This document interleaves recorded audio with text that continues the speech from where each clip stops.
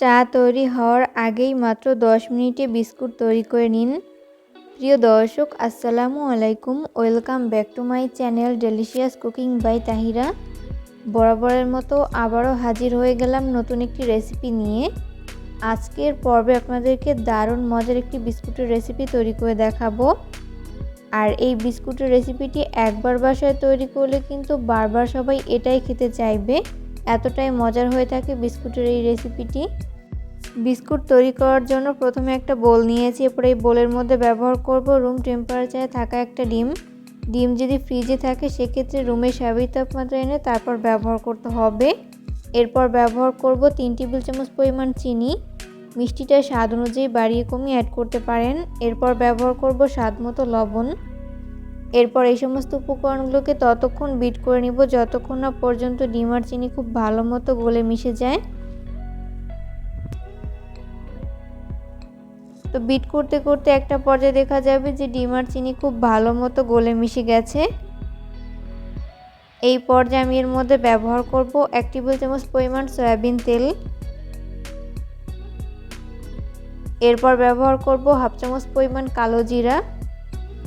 এরপর আবারও 1 মিনিটের মতো বিট করে নিব।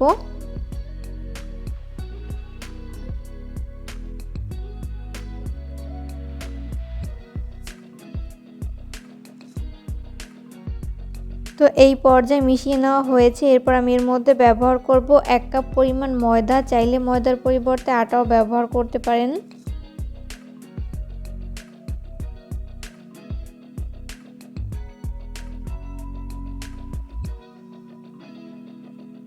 তো মেশাতে মেশাতে এরকম পারফেক্ট একটা ডো তৈরি করে নেওয়া হয়েছে। এরপর বিস্কুট তৈরি করার জন্য বোর্ডে সামান্য পরিমাণ সয়াবিন তেল দিয়ে দিচ্ছি। এরপর হাত দিয়ে এইভাবে তেল ছড়িয়ে দিতে হবে। এখানে অবশ্যই তেল ব্যবহার করতে হবে, ময়দা কিংবা আটার ডাস্ট ব্যবহার করা যাবে না।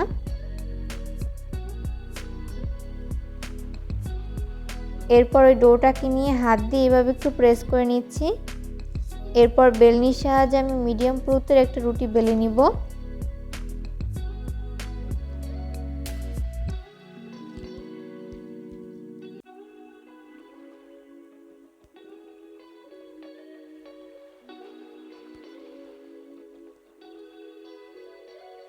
তো এই পর্যায়ে মিডিয়াম পুরুত্বের একটা রুটি বেলে নেওয়া হয়েছে। এরপর ছুরির সাহায্যে এইভাবে বিস্কুটের শেপ তৈরি করে নিচ্ছি। প্রথমে এইভাবে লম্বালম্বি করে কেটে নিচ্ছি। কাজটা আমি কিভাবে করছি সেটা আমার হাতের দিকে লক্ষ্য করলেই বুঝতে পারবেন। এগুলো আসলে বলে দেওয়ার মতো কিছু নেই, আপনাদেরকে দেখে বুঝে নিতে হবে। আর বিস্কুটগুলোকে আমি একটু ছোট শেপে তৈরি করে নিচ্ছি, আপনারা চাইলে বড় শেপেও তৈরি করে নিতে পারেন।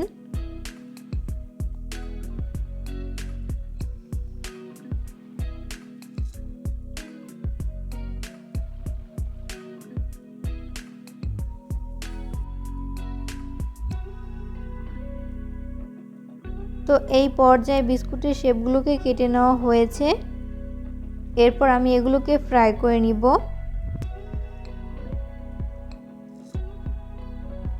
বিস্কুটগুলোকে ফ্রাই করার জন্য চুলায় একটা ফ্রাই প্যান বসিয়ে দিয়েছি। এরপর যথেষ্ট পরিমাণ সয়াবিন তেল দিয়ে দিয়েছি। তেল যখন মিডিয়াম আঁচে গরম হবে ওই পর্যায়ে আমি একটি একটি করে বিস্কুটের শেপ দিয়ে দিচ্ছি।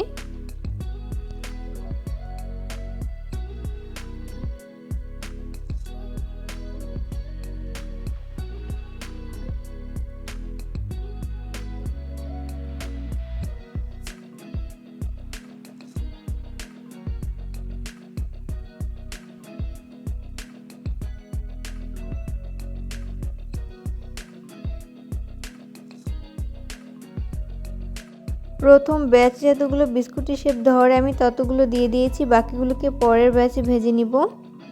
আর অবশ্যই চুলার আঁচ মিডিয়াম ফ্লেমে রেখে বিস্কুটগুলোকে ফ্রাই করে নিতে হবে, এতে করে দুই পাশ ভালো মতো কুকড হতে পারবে। কোনোভাবেই চুলার আঁচ হাই ফ্লেমে রেখে বিস্কুটগুলো ফ্রাই করা যাবে না, সেক্ষেত্রে উপর থেকে খুব দ্রুত কালার চলে আসবে, তবে ভেতরটা ভালো মতো কুকড হবে না, তাই লো আঁচে ভেজে নিতে হবে। বিস্কুটগুলো ফ্রাই করতে করতে যখন এক পাশ ভালো মতো ফ্রাই করে নেওয়া হবে ওই পর্যায়ে আমি উল্টে দিব অপর পাশটি ফ্রাই করে নেওয়ার জন্য।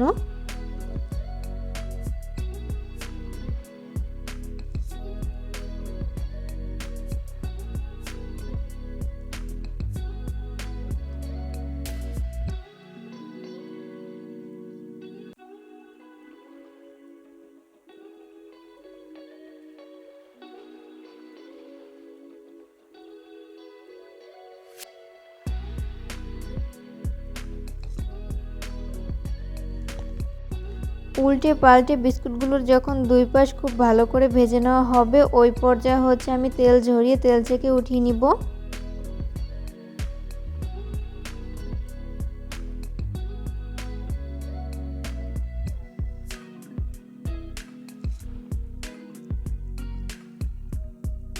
সেমভাবে হচ্ছে আমি বাকি বিস্কুটগুলোকেও ভেজে নিব। তো এই পর্যায়ে আমার সবগুলো বিস্কুট ভেজে উঠিয়ে নেওয়া হয়েছে। আমি এগুলোকে একটা প্লেটে তুলে নিয়েছি। চেষ্টা করেছি রেসিপিটি সহজভাবে শেয়ার করতে। আশা করছি আজকের রেসিপিটি আপনাদের কাছে অনেক ভালো লেগেছে। রেসিপি ফলো করে অবশ্যই বাসায় ট্রাই করবেন, দেখবেন পরিবারের সবাই অনেক বেশি প্রশংসা করবে আর অনেক মজা করে খাবে। ভিডিও ভালো লাগলে অবশ্যই ফ্রেন্ডস অ্যান্ড ফ্যামিলিদের মাঝে শেয়ার করবেন। আর এইভাবে বিস্কুট তৈরি করে কোনো কাচের জারে ভরে কমপক্ষে 1 সপ্তাহের মতো সংরক্ষণ করে খেতে পারবেন। বাড়িতে যদি হঠাৎ মেহমান আসে তাহলে 10 মিনিটের মধ্যেই এই বিস্কুটগুলো তৈরি করে আপনারা পরিবেশন করতে পারেন। তো আমি একটা বিস্কুটের শেপ আপনাদেরকে ভেঙে শেয়ার করছি, যেটা কতটা পারফেক্ট হয়েছে। বাসায় ট্রাই না করলে বুঝতেই পারবেন না। পরবর্তী ভিডিও দেখার আমন্ত্রণ জানিয়ে আজকের মতো এখানেই বিদায় নিচ্ছি। সবাই অনেক বেশি ভালো থাকবেন। আল্লাহ হাফেজ।